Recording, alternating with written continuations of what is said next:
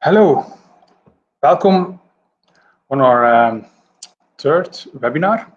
And today we're going to talk about how to activate 5% of all citizens.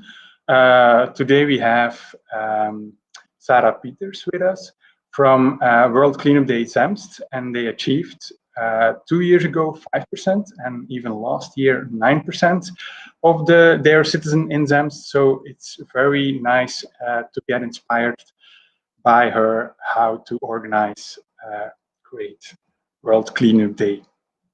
So,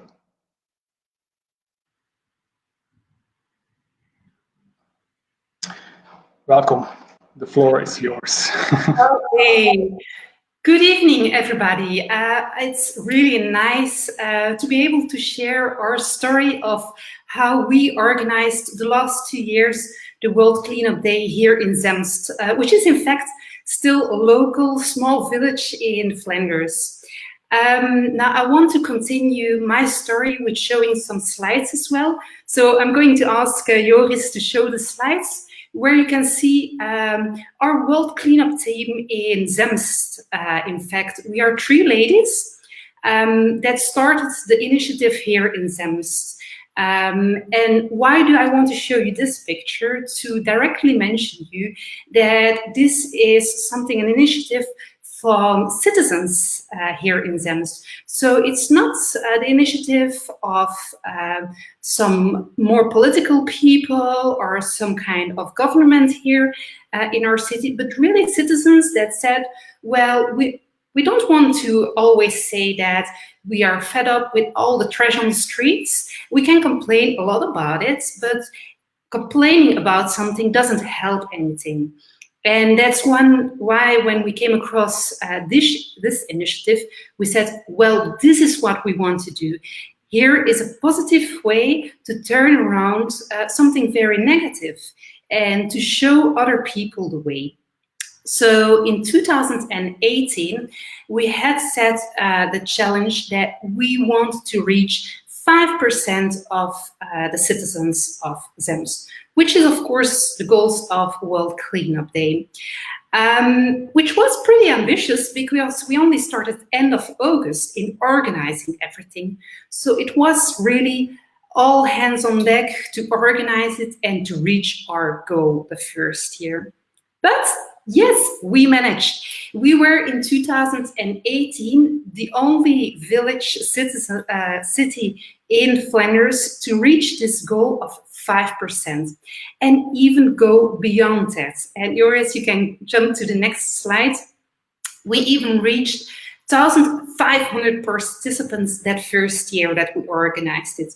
So you see that even if you start late in organizing it, it's still reasonable to say we can reach this 5%. You just need to go for it. And what made us even more proud that afterwards a lot of people said, well, we want to become an official trash hunter here in Zemst, and we want to do this on a continuous basis. And yes, in my street I see several people passing by on a regular basis. Each month I see some people doing it in my streets and in other streets of our village, which gives a good feeling. And I think certainly the last weeks and months, this amount of people to volunteer and to pick up the trash has increased. And due to this very positive result in 2018, we said last year, what do we need to do to even go beyond this 5%? How can we go further than this? So last year, we set ourselves another goal. We said to ourselves, we want to reach 2,000 participants. And yes, we managed. We went to 10% of all citizens in Zemst to collect trash.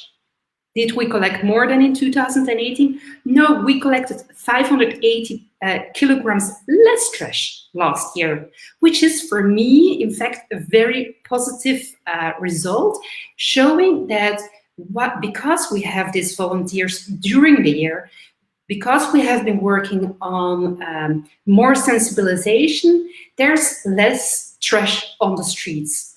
And these results are also admitted by other research done by Incovo in our region.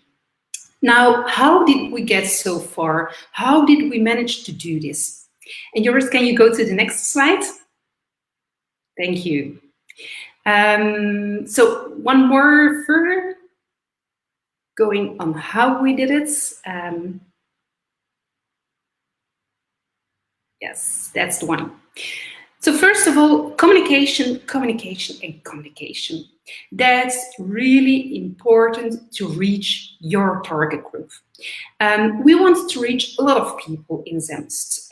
We want to reach citizens. We want to reach the schools. We want to reach groupings, several people.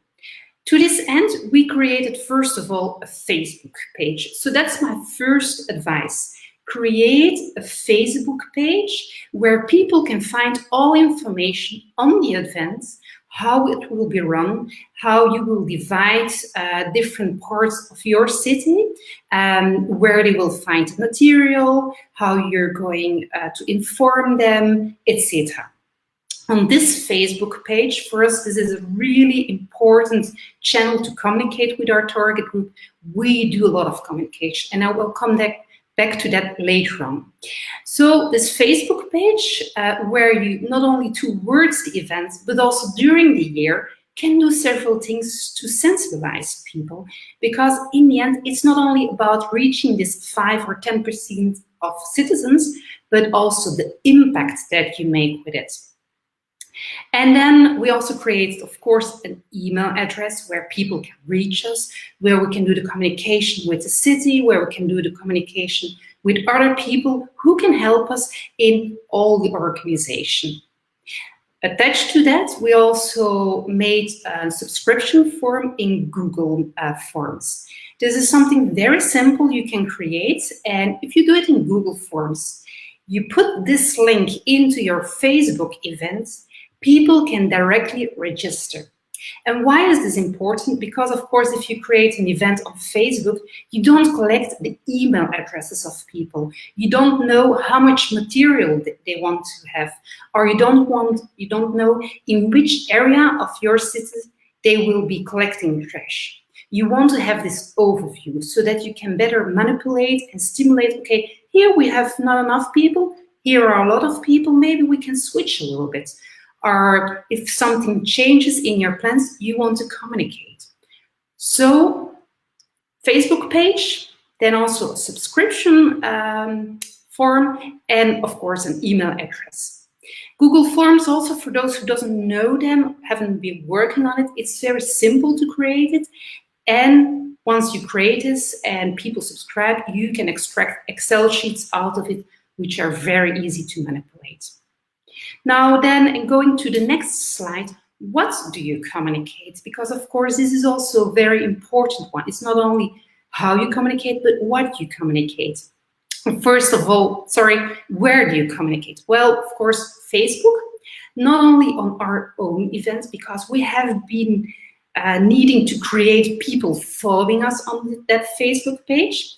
But of course, we asked other Facebook pages of, for instance, Zemst, Zemst leeft, Je bent van Zemst, etc. All different pages where we know our citizens are to spread our message. So we prepare social media with a text blog, a link to our events, and some pictures, and we send them to them. And we ask them, can you share this with other people? Last year, we also started to experiment with Instagram, which is still something that we need to figure out how it works for this group. But of course, this is attached to Facebook, something you can combine very easily. Of course, next to that, on social media, we also asked our partners like the city, Inkovo, so the people who are collecting the trash for us, to share it on their website, in their newsletters, in their communication.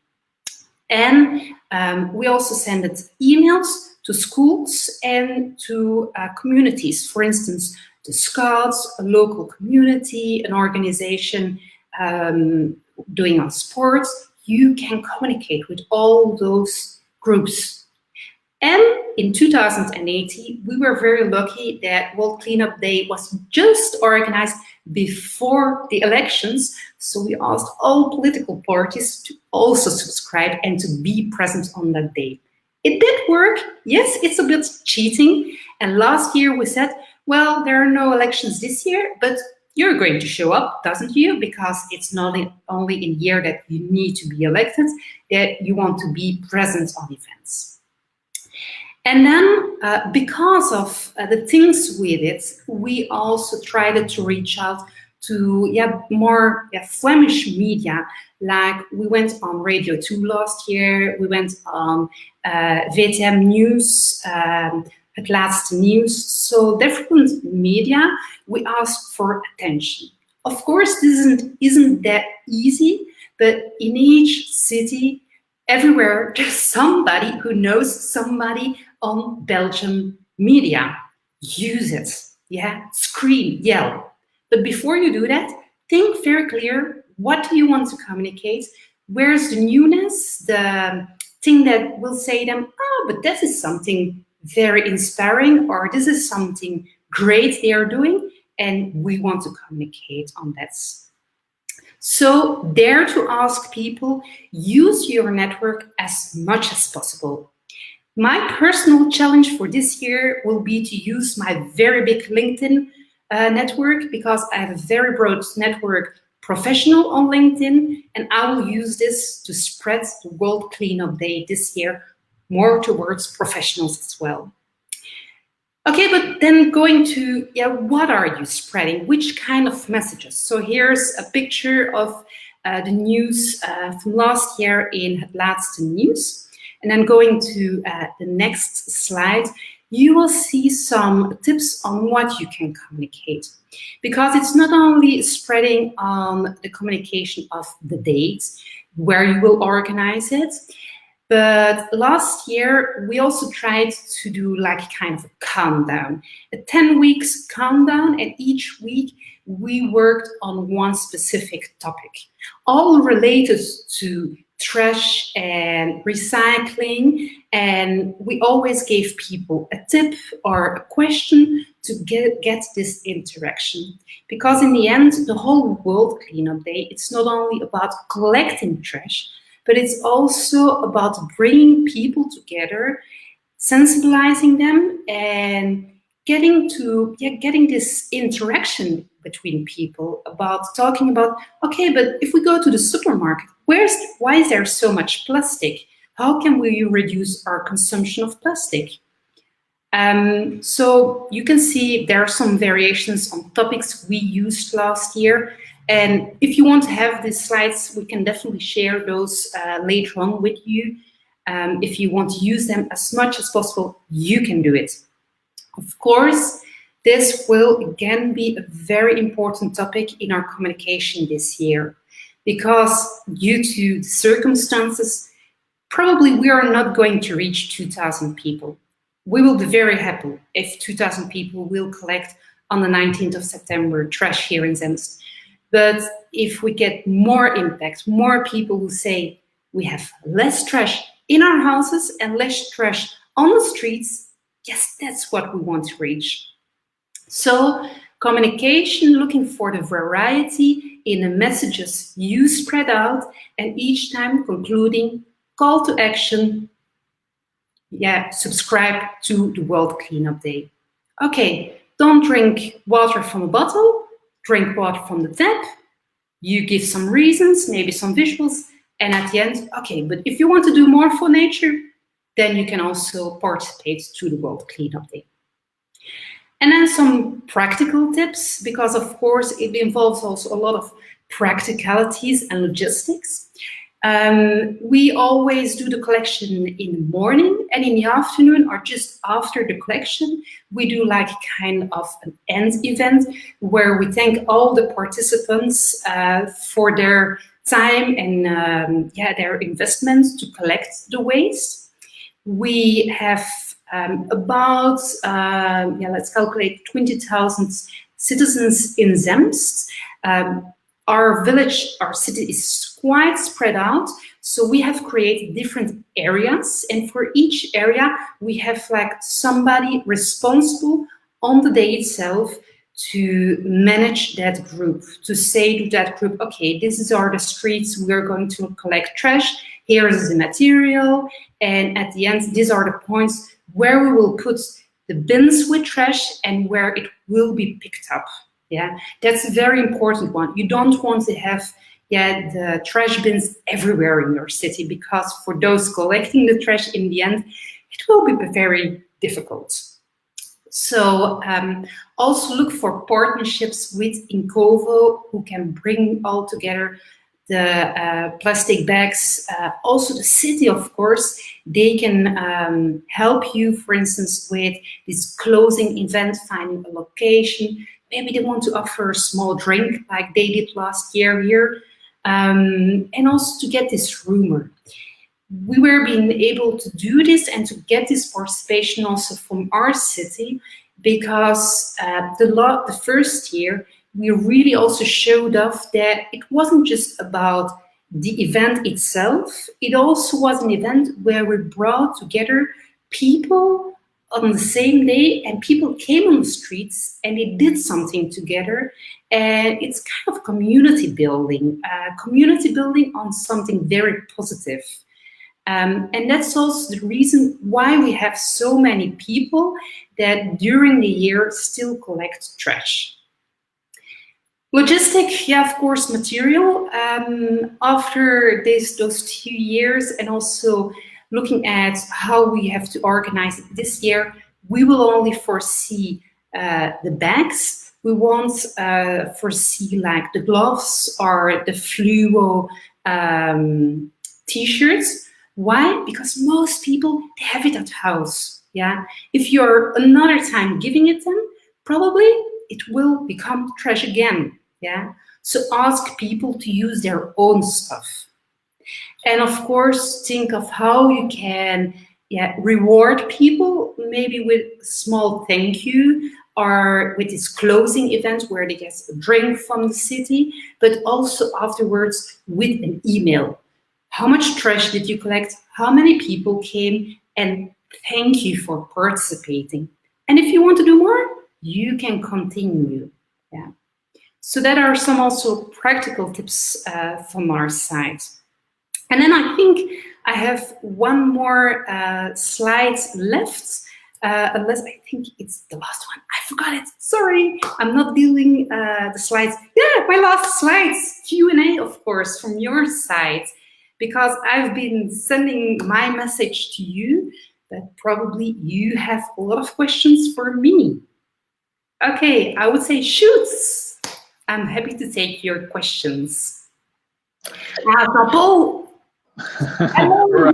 Hello. All right. So I'm going to see if there are some questions. But one of the things that I also see that you are foreseeing is the fact that LinkedIn is also something that we now started this year from our World Cleanup Day Belgium. So we have now also a LinkedIn page that you can follow. All these webinars and other things will come on there as well. So if you want to communicate throughout companies, you can always mention that page. Okay.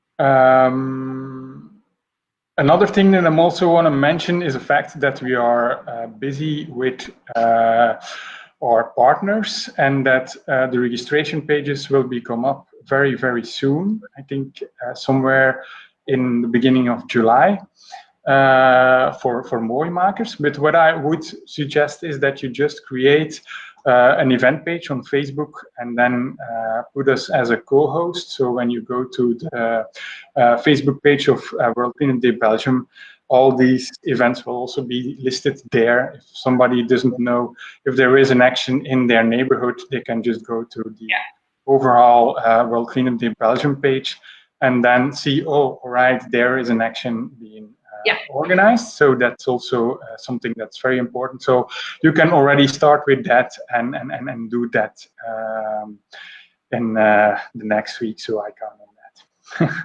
Okay. Are there questions from the followers? I know that it always takes a little bit for that to reach our chat box. So, yeah, Joris, do you have questions for me? Things that I forgot to tell the people? I can imagine that getting so much people on the street that it really gives some kind of an excitement feeling when the day arrives, right?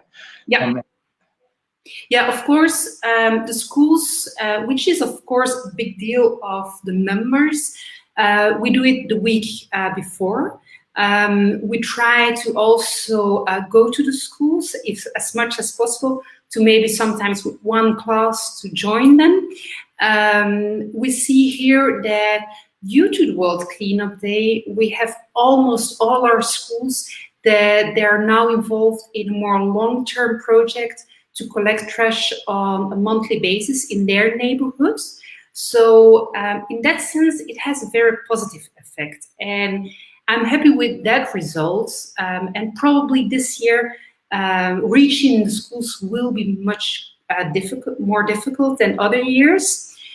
But on the other hand, because they are in a long-term project with Incovo and Mooimakers, we know that the basis where it all starts on how we look at trash, it's good. I have kids. If they see people throwing trash on streets, they will tell them. If they see a cigarette on the street, they will tell it. And sometimes they will tell to me, Mama, next time we need to take something with us to all collect the trash again because it's dirty. That's what we want to have. Because of course that's the basis of everything. yeah, and of course, when a child tells that to an adult, it makes more impact. I can imagine. Okay, I see here some questions. So I see a question from Bart. How do you give people? How do you provide people with something to drink? Last year, and I think also the first year, we had all glass bottles, individuals ones. Of course, the first year, very funny.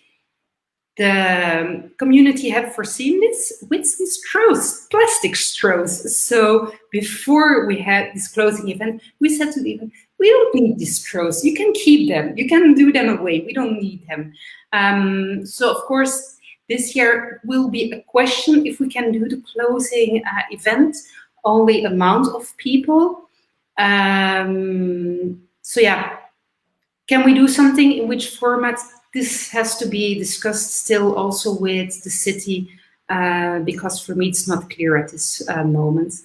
I see also the question from Eva asking, okay, do people choose their neighborhood or do you allocate?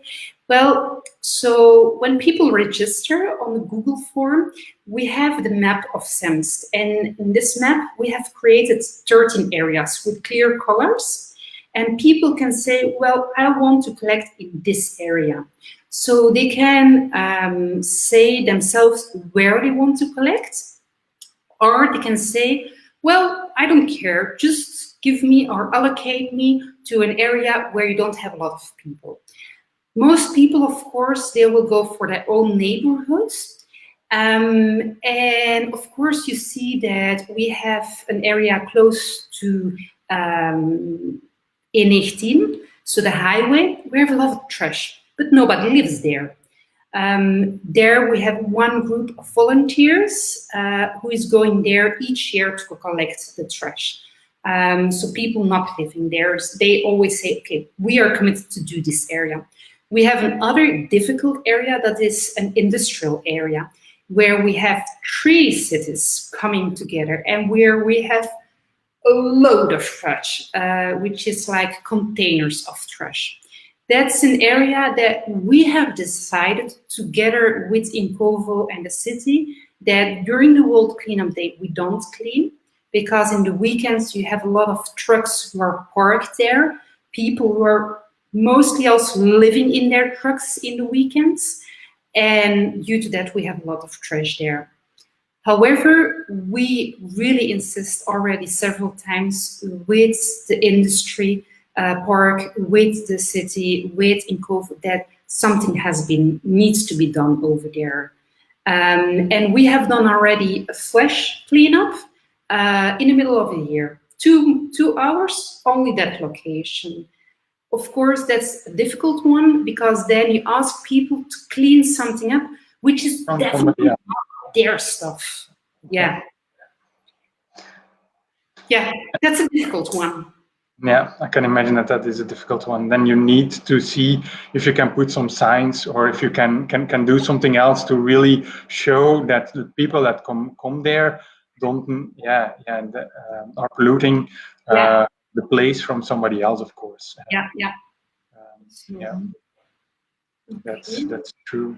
So I'm still scrolling down, but I don't see any questions. So yeah, thank you very much. It's very inspiring. That's also one of the reasons I think that a lot of people are doing it, really taking action as a citizen. It's something very important, and it's also something that I like to do very much. You can learn a lot from it, and it gives you a lot of, in my case, a lot of good feelings. Yeah, I think this good feeling, this is also what we get back from people we know, or sometimes we see people in the streets and they will come to me and say, good friends, like, hey, but I also participated, and after some hours we ended up in a cafe with all our neighborhood, which was pretty funny, but we did cleaning. And other people who said, yeah, but due to this, I started to reflect on certain things. And that's, of course, also very valuable, because, as said, it's not only about trash. So that's what we also ask those certain people responsible for each area, that in a certain way they trigger the people. While they are walking, they ask some questions. What do you do at home? How do you deal with this? And that's, of course, also in the communication on Facebook, what we try to do. Ask people questions to reflect upon. Yeah, that's true. One of the things that I see here is a lot of cleanups get support from the industry. In a way, the industry uses volunteers to give themselves a better image as they support a good cause. Mostly, they try to put their goals as a sector in the spotlight, goals that mostly are voluntarily and spread over years and years. Can a cleanup organization be used by the industry for greenwashing reasons? It's very difficult and small edge to walk on as a cleanup group. Kevin, I guess you have seen recently a good documentary on the history of plastic, which even for me was like very mind-blowing, and at the same time disappointment on how the whole industry works, even if you know it. At the same time, why did I mention LinkedIn? Because professionally I work with a lot of large companies in different industries, also in polluting industries, but I only work with companies that say, we want to change for the good, even if it's a small step. Yeah. So of course it's a thin line, but if in some way or another we try to reach those most polluting industries, or any industry anyway, and we start to ask them questions and start to think about how everything functions, I think that's already something we can do. If tomorrow I'm in a company and I ask for some water and they give me water in a plastic bottle, I will refuse it. And I will say, no, I want tap water. And probably most of them, they will look at me and say, what are you asking? And then I will start my reasoning why I don't want to have plastic bottles. And probably a lot of people will say, okay, that's a strange one. But if you have one person you can convince, that's one person already. And that's in everything. If we can make a small step forward, it's already one step forward. Yeah, and so change. Yeah. you can only make change happen when you take it step by step, of course. All right. So I see one question here. Do you have any kind of insurance involved in case of an accident on the street? Yeah. On the day itself, it's very important that people wear those fluo vests. Yeah, I don't know the English word. I was looking for it. Why? Because if they have this fluo, how do you say it, Joris? Help me out. Fluo, yeah. There's nothing else other in fluo. Then people are insured, and I think, if I'm correct, it's Incovo Mooimakers who make sure that those volunteers, because you have their names and they're wearing a fluo t-shirt, that they are insured in case something happens. If they don't wear the fluo, then they are not insured. So that's one of the things we tell all people that participate very clearly: wear it. If not, you're not insured. And of course, we have this highway asset. This is an area where normally you're not allowed to pick up trash. So that's an area where we know that we need to control a little bit and say, okay, you can do it until here, but not any further, because then it gets too dangerous and we are not taking that risk. So you need also to set borders where you can collect trash and where not, to make sure that as volunteers, that you don't have any issues on that part. Nice. Jean-Paul Meus says we want to cure people from trash blindness. So if the industry supports us with that, does that seem acceptable to you? That's indeed a great one, Jean-Paul Meus. Yeah. All right. So I think we had already a very inspiring webinar today. Thank you, Sarah. Yeah. If people want to have the slides, then they can contact us, send us a message via Facebook, and we will give them to you. And I see you next time. Every 2 weeks we have a webinar, so our next one will be in 2 weeks. Thank you very much. Okay. Have a nice evening. Bye.